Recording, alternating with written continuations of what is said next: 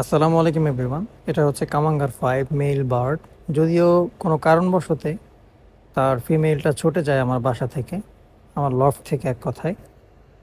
তো এটা আমার বাসার নিউ অ্যাডাল্ট কামাঙ্গার 5 মেল বার্ড।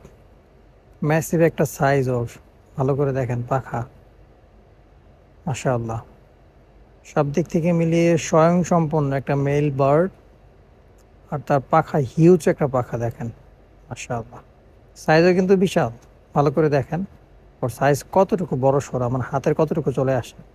ফিমেলটা ছুটে যায় কোনো কারণবশত, সেদিকে নাই গেলাম। তবে এক কথায় খুব খারাপ লাগে যে বাসায় এক পেয়ার ভালো জাতের ভালো মানের কবুতর ছিল, সেখান থেকে একটা ফিমেল ছুটে যায়, নসিবে ছিল না।